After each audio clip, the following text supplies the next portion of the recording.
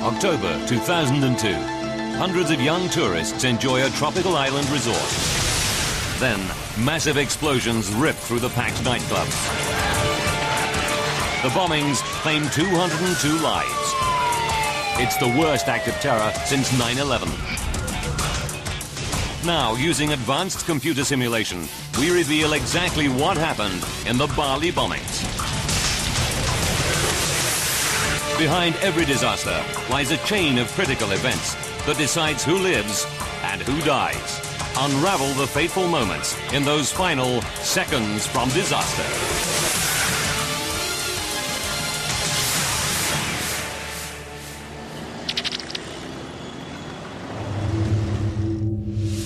Southeast Asia, Indonesia, the island of Bali. Bali's tropical breezes blow in vacationers from all over the world. The warm Balinese welcome is legendary. It's the #1 holiday destination for Australians, reached by a 3-hour hop across the Indian Ocean from their west coast. October 12th, 2002. Another perfect day dawns in this tropical paradise. October is one of Bali's busiest months, and most tourists head for its biggest resort, Kuta Beach. 3 generations of the Kemp family arrived from Perth, Australia. 31-year-old Tracy Ball saved all year for this break, and she's delighted to have her younger sister, Melinda, along. Tracy's daughter, 5-year-old Brianna, brims with excitement. It's her first overseas trip. And Grandma and Grandpa Kemp will be close by in the apartment next door. The family deserves this special vacation. 4 years ago, Tracy's husband, Peter, a police officer, was killed on duty. The tragedy left Tracy a little anxious about being away from home. It was always in the back of my mind that you just always have to be careful no matter what you do, wherever you go. And especially going to a different country, you don't know exactly, what's going to happen. Indonesia has the world's largest Muslim population, with 210 million followers. But on the island of Bali, Hindus outnumber Muslims by almost 20 to 1. The two faiths have lived in harmony for centuries. Abdulaziz, alias Samudra, performs his ritual cleansing for the first call to prayer. He's a devout Muslim, but his motives are far from the non-violent teachings of the Islamic faith. He's a homegrown Indonesian terrorist, in Bali to command a group of fanatics intent on causing death and destruction. 12 o'clock, midday. Perth, Australia. 20 young men from a local football team head out to Bali. This is footage of their trip. 25-year-old Ben Clohesi and his teammates are looking forward to 2 weeks of sun, sea, and socializing. 100 different libidos, basically all pumped, ready to go. As Ben and his friends arrive at Bali's international airport, at a rented house 11 kilometers away, terrorist mastermind Samudra calls a strategy meeting. The 5 men present are part of an Islamic terrorist network extending across Southeast Asia. It's called Jemaah Islamiyah, or J.I., and hundreds of its members have been trained by Al-Qaeda. In 2001, Al-Qaeda moved several of its training camps from Afghanistan to secret locations across Indonesia. Their Academy of Terror produced a new generation of Indonesian recruits. They've been linked to a series of bombings and attacks in the region, killing dozens of people.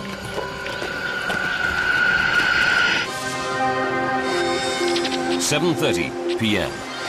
Saturday night. And sisters Tracy and Melinda are looking forward to an evening of fun. Their parents volunteer to look after Brianna. When Tracy's husband died, Melinda immediately moved in with her to help raise the little girl. The sisters are inseparable. We did become best friends, which was awesome. She became very much someone that I depended on nearly every day. As little Brianna sleeps, Samudra's terrorists prepare their deadly weapons. Tonight, they'll bring Al-Qaeda's global jihad to Western tourists in Bali.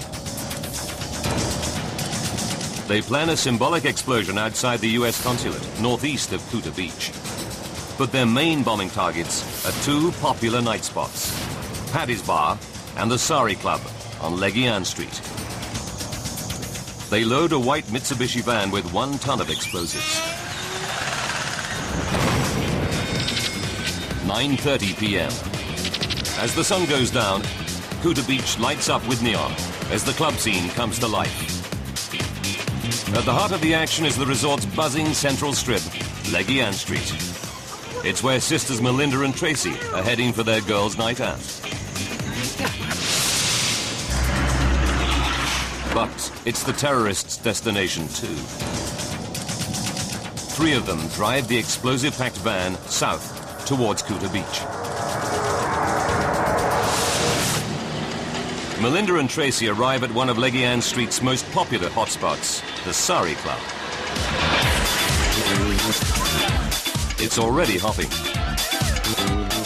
Nearly 350 young men and women, mostly Australians, cram inside. 10:52 p.m.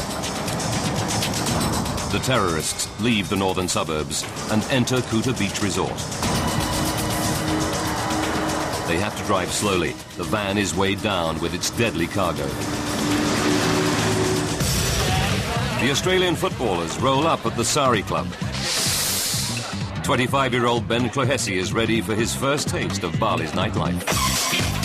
They park themselves at the bar and start drinking. 11:01 p.m. The terrorist white van reaches Legian Street. The 3 men each have an assigned task. One of the men jumps on the back of a motorbike. His mission, to detonate the bomb outside the US Consulate. Inside the Sari Club, Tracy and Melinda have had a great night, but Tracy is anxious to get back to daughter Brianna. I kept saying, we really need to get going, because I had said we wouldn't be out too late. Now, the explosive-packed van stops right outside the Sari Club. A second terrorist jumps out and heads for his target, Paddy's Bar. He makes his way inside through the crowd of Western tourists.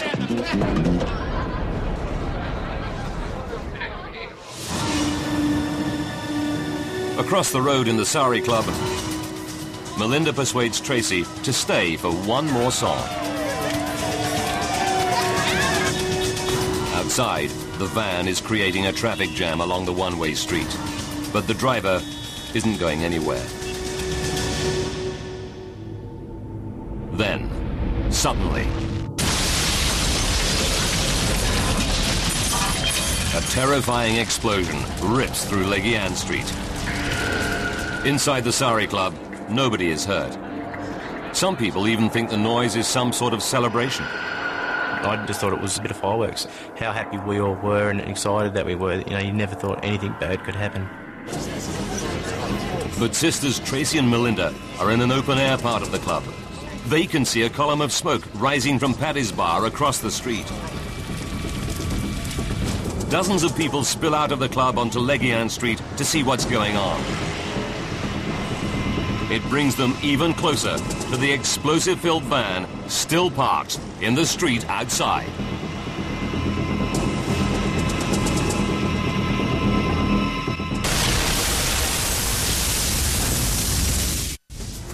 People partying in the Sari Club in Bali's Kuta Beach Resort hear a huge bang outside.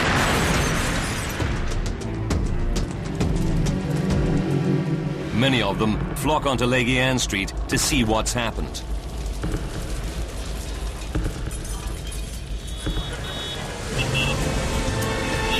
It brings them within meters of the terrorists' explosive-packed white Mitsubishi van.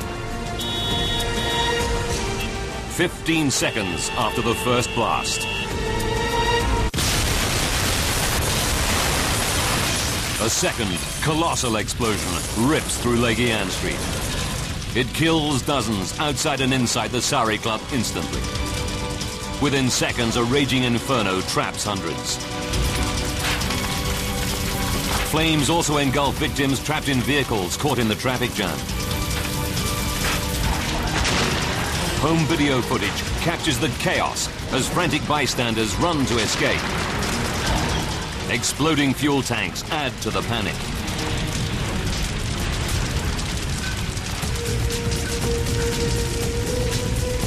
Inside the club, the party atmosphere is transformed into a scene of carnage and devastation. Survivors desperately search for a way out of the flames and choking smoke.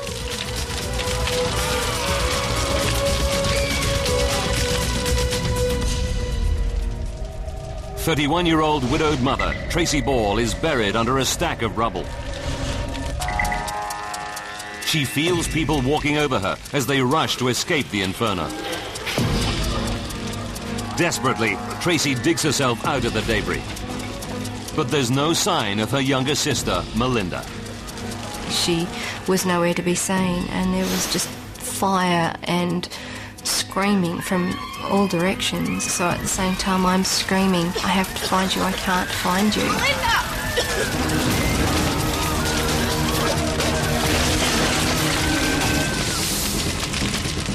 Footballer Ben Clohessy finds he can't move.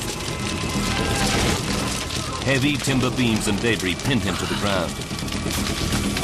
Flames race through the thatched roof above. He thinks it's about to collapse on top of him. Ben drags himself out from under the rubble and starts to search for his teammates amidst the carnage. The first thing that was going through my head is I've got to find the boys. I was looking around, trying to find any sign of life. Ben can't find them. But instead of trying to escape the blaze, he starts to help other people.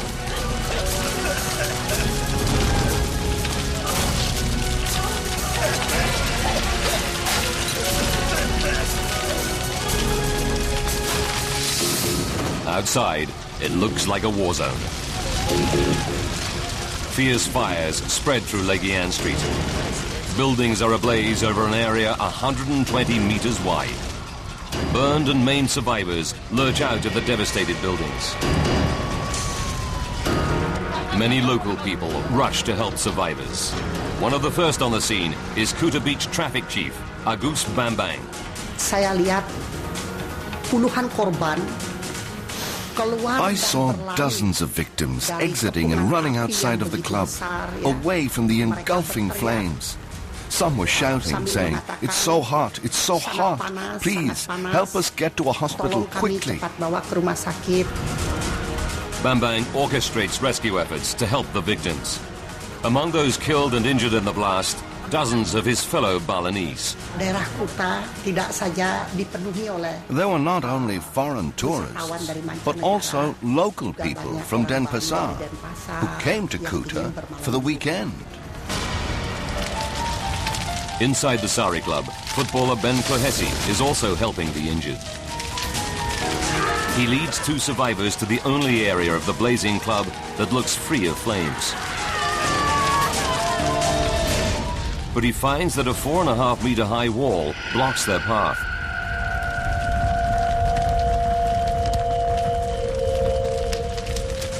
He summons all his strength and starts to heave people to safety.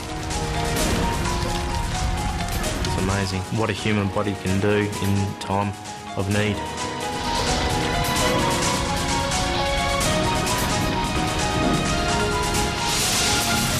While survivors head for the only part of the club not in flames, 31-year-old widowed mother Tracy is still desperately searching for her missing sister Melinda.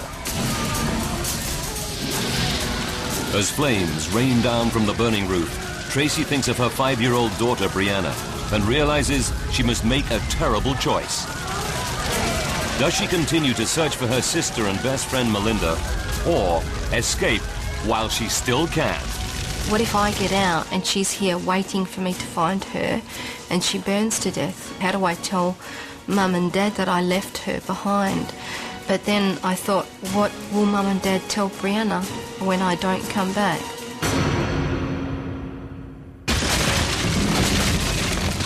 She makes her decision. Tracy heads for the club's south side. A wall has been shattered by the blast, but it's still 2 meters high.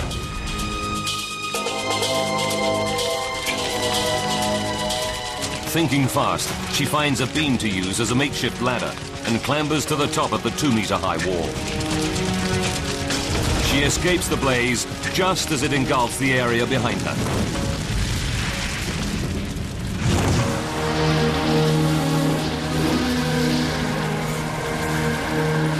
Tracy makes it as far as the curb outside the club.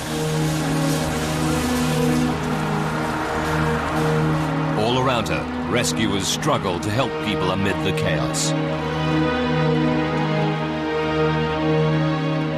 Then, emerging out of the mayhem of Leguian Street, Tracy's father appears. He heard the blast from the apartment and raced to the club to look for his daughters.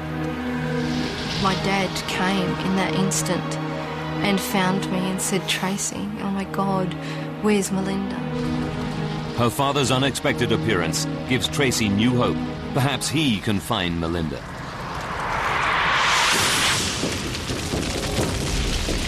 But many people are still inside the burning Sari Club. One of them is footballer Ben Clohessy. He's heaved countless people up the north wall to waiting hands and safety. Ben doesn't know whether all his teammates made it out. But the heat is now unbearable. He has to go. But there's no one left to help him. He must get over the 4.5-meter-high wall on his own. Because the fire was coming that quickly, you know that if you miss it, that you're gone. It's Ben's only hope. He summons all his strength and jumps. Somehow, Ben reaches the top and scrambles over.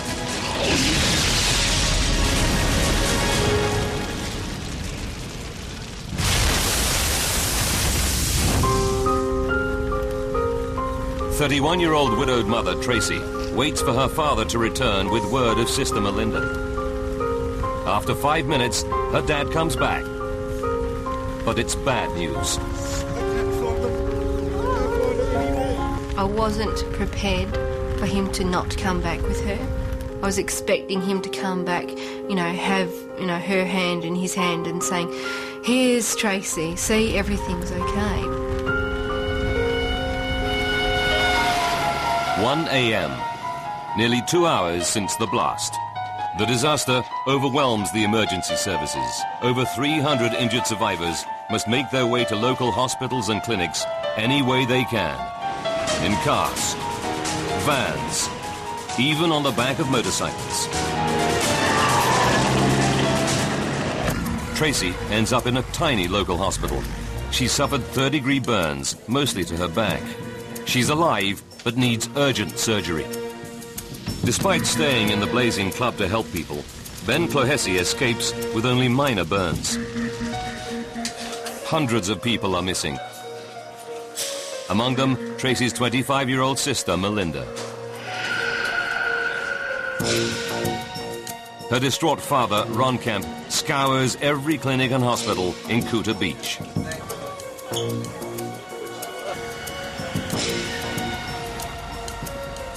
But he's losing hope.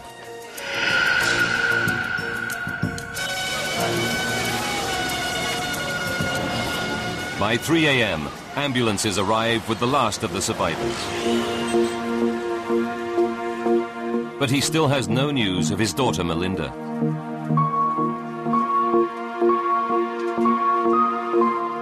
Many of those listed as missing are now confirmed dead.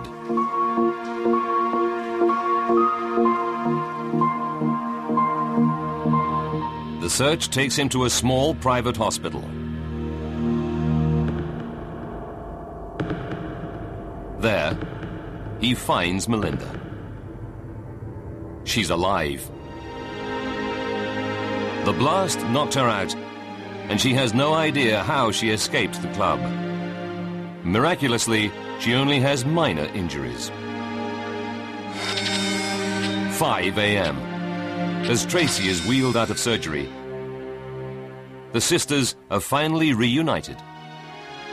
They looked over to me and she was just in tears. She's like, "Oh my God, you're okay," kind of thing, you know. It's not really words said, just looks. Even now, it makes me cry because I could then relax and realise that everything was going to be okay. The next day, Tracy's 5-year-old daughter, Brianna, insists on visiting her mother and aunt in hospital. She was so brave and crying, but at the same time saying, "Mummy, I love you, and even though you're burnt, I still think you're beautiful." And that was the first thing she said to me.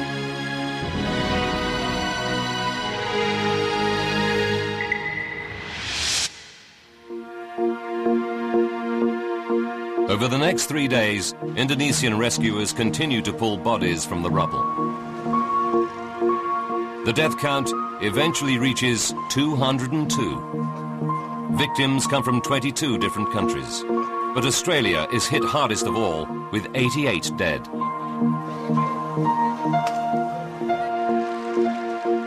Three days later, Ben Clohessy and his surviving teammates return to Perth, Australia. Of the 20 young men who flew out, only 13 are going home alive. The remains of the other 7 will be returned to their families. News of the disaster shocks the world. Mysterious, deadly bombings tonight in Indonesia. At least 50 people have been killed tonight, many of them tourists. The largest number of foreigners killed and injured in the Bali attacks were Australian. It's been just 13 months since 9/11. Many suspect that this is the work of Al-Qaeda. But why is the peaceful island of Bali a target? Investigators must sift through the debris to discover who are the killers that brought hell to this heaven on earth. Now, by rewinding the events of that fateful day and by going deep into the investigation, we can reveal what really happened that night in Bali. Advanced computer simulation will take us where no camera can go, into the heart of the disaster zone. A new day reveals the extent of the devastation. The damage zone stretches across 28 hectares. The Indonesian National Police appoints General Ep-8 Pastika as its chief investigator. But Pastika knows that he has neither the manpower nor the forensic experience to investigate a disaster on this scale. We understand and realize now that our technology is very far left behind. Pastika turns to the Australian Federal Police, or AFP, in Canberra for help. The force puts forward AFP veteran Graham Ashton as joint investigator. Within 24 hours, Ashton and his team of 140 experts head for Bali. Senior forensic chemist David Royds flies out with the team. Also on board the plane are several people desperate for news of their loved ones. You know, you're full of anticipation, you're nervous, you're excited, and you're with a team, and you really feel fired up. And suddenly you realise that at the front of the plane there's 2 or 3 other people, and they were actually relatives going over to search for their children. It was a really emotional experience. As the Indonesian and Australian teams swing into action, they have no clues as to who caused the explosions. But detectives based at Bali's police HQ soon get their first lead. A report from the US Consulate, 11 kilometers northeast of Legian Street. The consul claims he heard firecrackers going off less than a minute after the Legian Street blast. But what the forensic team find in front of the building tells a more sinister story. A wrecked stretch of curb and the remains of a mobile phone. Both test positive for the high explosive TNT. The evidence suggests a small device remotely detonated by phone. Western consulates and embassies are a favored target of terrorists. Investigators believe that this has all the hallmarks of a deliberate terrorist attack. Its aim, not to kill, but to tell the world that the explosions in Bali's nightclubs are a new front in the terror war against the West. Eyewitness reports reveal that as well as the US consulate bomb, there were 2 explosions in Legian Street. A smaller one inside a night spot called Paddy's Bar, and one outside the Sari Club.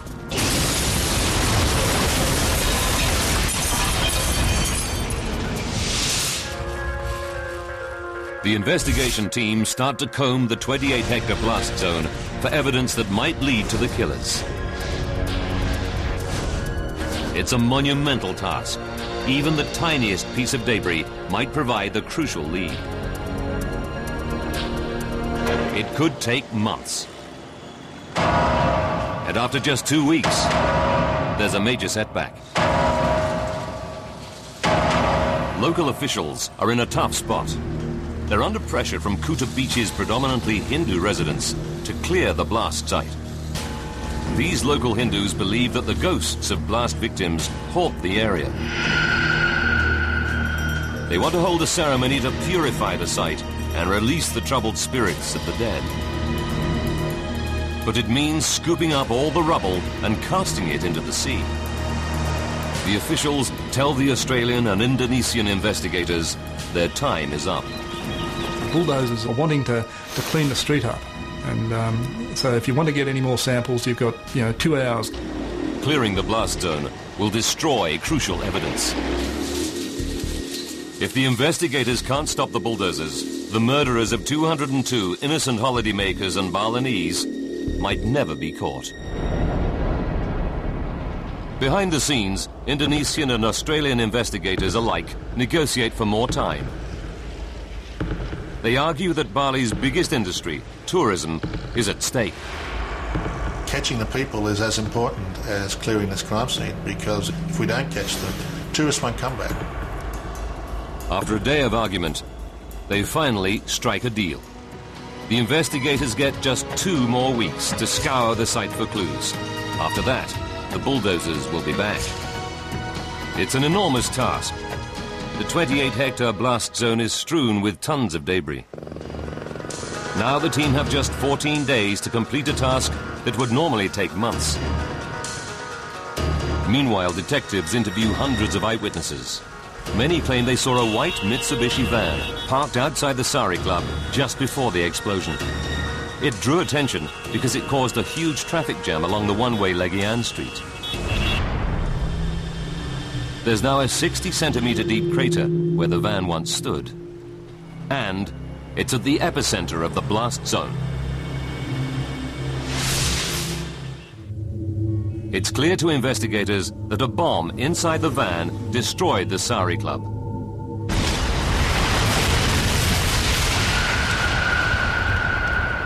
But who owned the van? To find out, investigators need to locate the remains of the van itself. It won't be easy. The van would have been blown to bits in the blast. And the explosions destroyed 19 vehicles and 32 motorbikes on Legian Street. Forensic experts must examine thousands of twisted remains, piece by piece.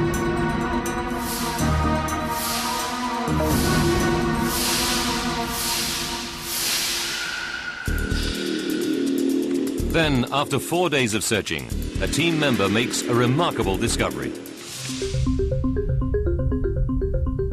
Across the street from the Sari Club is a 2-story bank. On its roof, he finds a piece of chassis 1.5 meters long.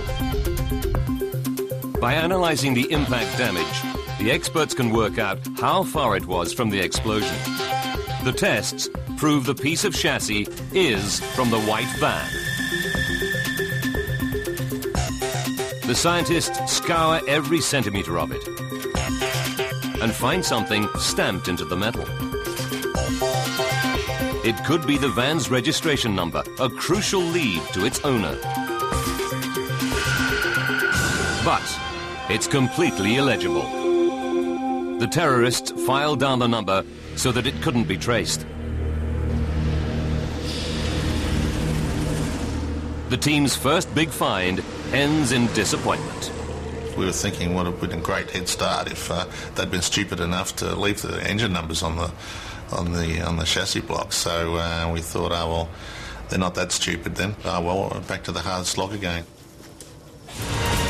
But the joint Indonesian and Australian team refuse to give up. They try a different tack.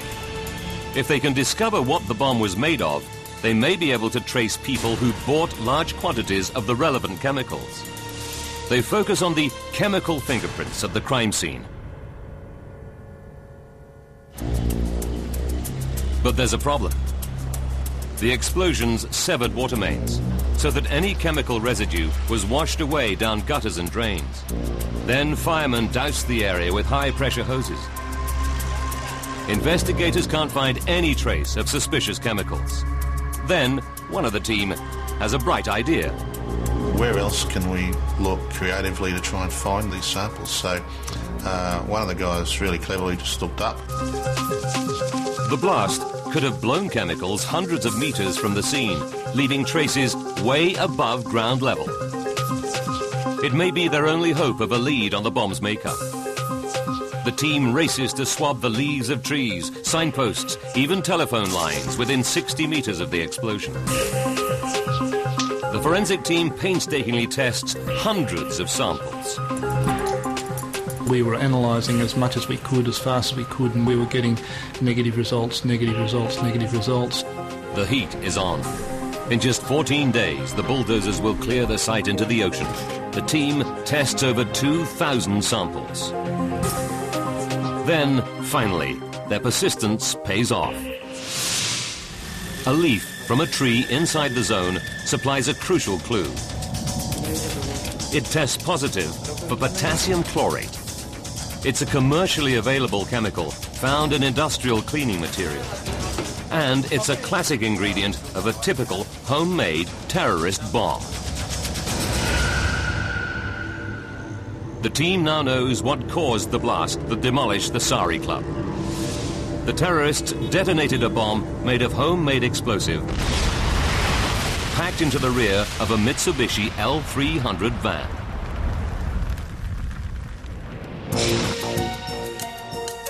It's a promising lead. Detectives on the team start to track the purchase and delivery paths of large quantities of potassium chlorate. The hunt is on. Time is running out. At the blast zone, the forensic team need more evidence before the bulldozers return. And they've only scratched the surface. They must still find out what happened inside Paddy's Bar, where 20 people died. Eyewitnesses report a separate, smaller explosion here, seconds before the Sari Club blast.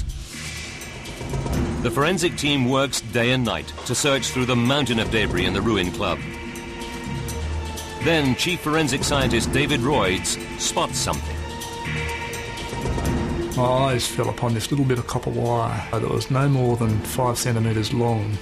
Just jumped out at me like that was like pure gold. Royds suspects that it could be part of a bomb planted by terrorists inside Paddy's Bar. He runs tests on it and finds traces of the high explosive TNT. He concludes that it is a piece of bomb detonating wire. To find the epicenter of the blast, Royds devises an ingenious experiment. Tracing back from the explosion's impact points, he creates a spider web of string Where the strings intersect reveals the exact place where the bomb went off. It's 1 meter off the ground. It raises a disturbing possibility. So at this stage, we started to think that this could well be a suicide bomber. On the ceiling, directly above the blast epicenter, Royds finds a cluster of human tissue. He takes a batch of samples and conducts DNA tests. The DNA all belongs to one person. The team also finds fragments of fabric radiating out around the epicenter. They're an exact match for fibers found on the detonating wire. It's a huge breakthrough for the forensic team. They now know exactly what killed 20 innocent people inside Paddy's Bar. 11:07 p.m. A suicide bomber walks into Paddy's Bar wearing a vest lined with TNT. When he reaches the packed dance floor, he hits the detonator.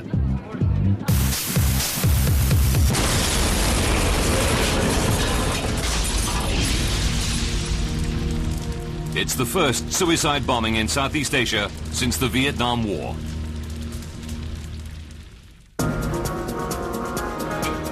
Investigators now know exactly what caused the 3 explosions on the night of October the 12th. But they're no closer to catching the bombers. Detectives have been unable to trace any bulk purchases of potassium chlorate. And there are no further leads on who owned the bomb van. The hunt for the bombers stalls. With the terrorists still at large, people across Southeast Asia must face the prospect of further attacks.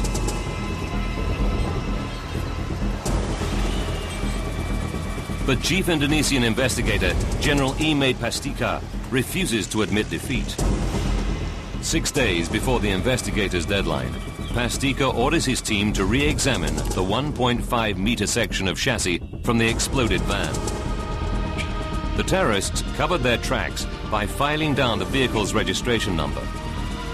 But he hopes that perhaps some other clue was missed. Then Pastika, a devout Hindu, goes to a temple to pray for a breakthrough.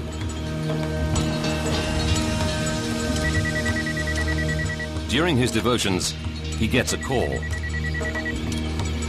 Yeah? It's one of his deputies. You imagine him sitting there praying and his cell phone goes off.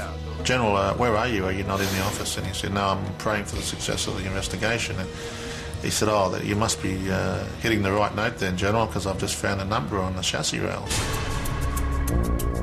When the team re-examined the piece of chassis recovered from the bomb van, they found a piece of metal 4 centimeters long welded onto it.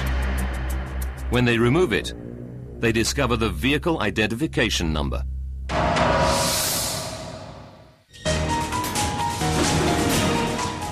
The terrorists picked the wrong country to buy their bomb vehicle. They filed off the 2 usual identifying numbers, but obviously didn't realize that commercial vehicles in Indonesia have a 3rd number stamped on the chassis. One of the van's previous owners welded a support strut to the chassis that covered it up. The terrorists didn't even know it was there. It's an astonishing breakthrough. Investigators search through vehicle records. They quickly track down all 7 previous owners of the van, including the last person to buy it.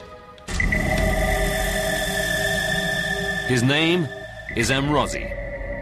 He's already known to authorities as a member of Jemaah Islamiyah, a terrorist network linked to Al-Qaeda.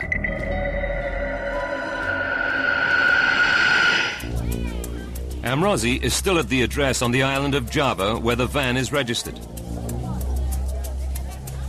On November 5th, 2002, Indonesian police arrest him.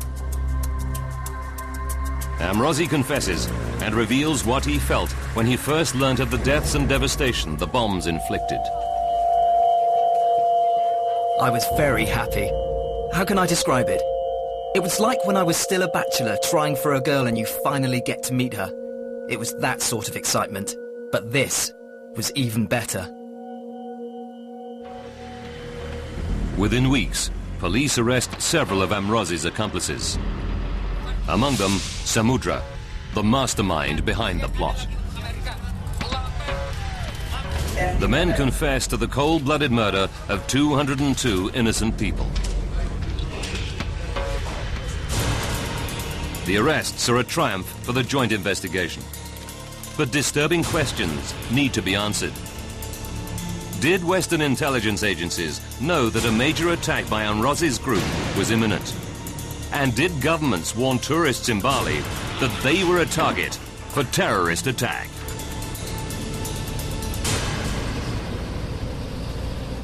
A joint Australian and Indonesian investigation leads to the arrest of several of the Bali bombers. 34 Jamal Islamiyah terrorists are tried and found guilty.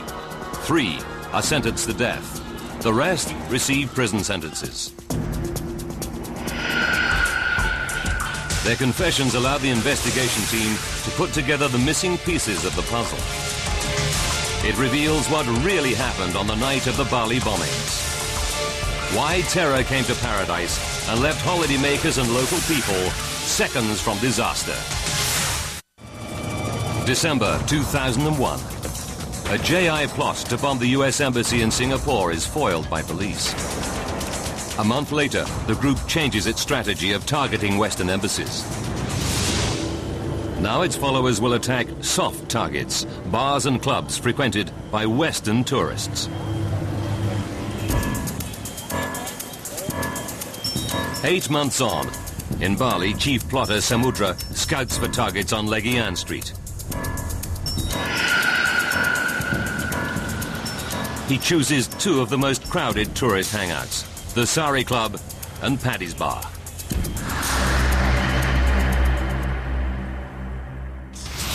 October 6th, 6 days to disaster. In the rented house in Denpasar, the JI terrorists start making the Sari Club bomb. They pack the suicide bomber vest with 1 kilogram of TNT and make the device intended for the US consulate.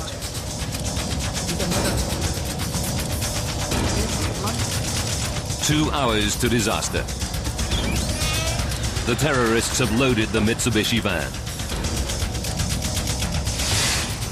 It now contains 1 ton of potassium chlorate mixture, packed into 12 filing cabinets connected by detonating cord.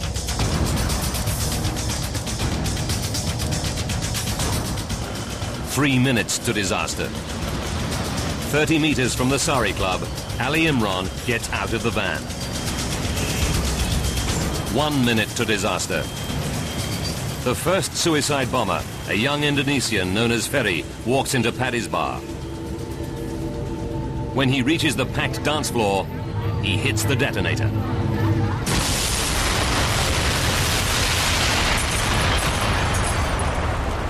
Just 15 seconds later, a second suicide bomber, 24-year-old Arneson, hits the switch on the van bomb.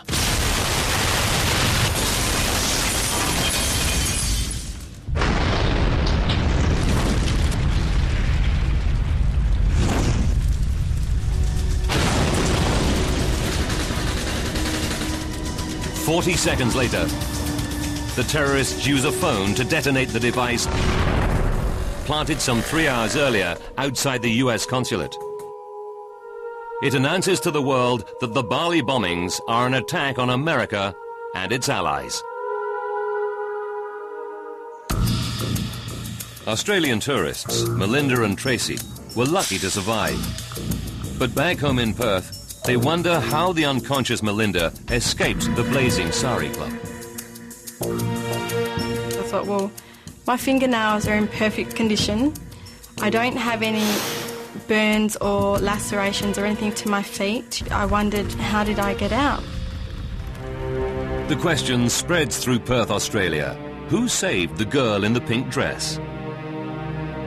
Word reaches 25-year-old footballer Ben Clohessy. He recalls helping an unconscious blonde girl over the wall and realizes it was Melinda. He visits Melinda to tell her the story. Meeting Ben was just like meeting, you know, a saint. He'd saved my life, you know, and it's so hard to describe, you know. How do you feel when you meet someone that saved your life? Many others owe their lives to the brave actions of Traffic Chief Agus Bambang. As a Muslim, he cannot understand how the terrorists could claim to act in the name of Islam. Several Western governments, including Australia, admit to receiving intelligence before the bombings that JI was planning to attack Westerners in Southeast Asia. The US and Australia issued warnings to its tourists to be cautious when travelling around the world. But Australians who lost loved ones want to know why they weren't warned of the specific danger of travel to Indonesia. An Australian Senate inquiry finds that the government should have warned its travellers that they might now be actively targeted.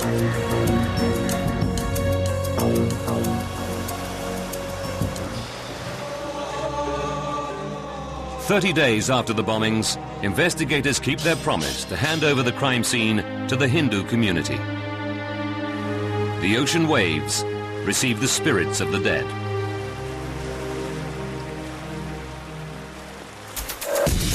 The investigation of the Bali bombings accelerated intelligence gathering on Jemaah Islamiyah by an estimated 3 years. The US, Japan and Australia now work together to help Southeast Asian countries monitor and combat the continuing threat of terror in the region.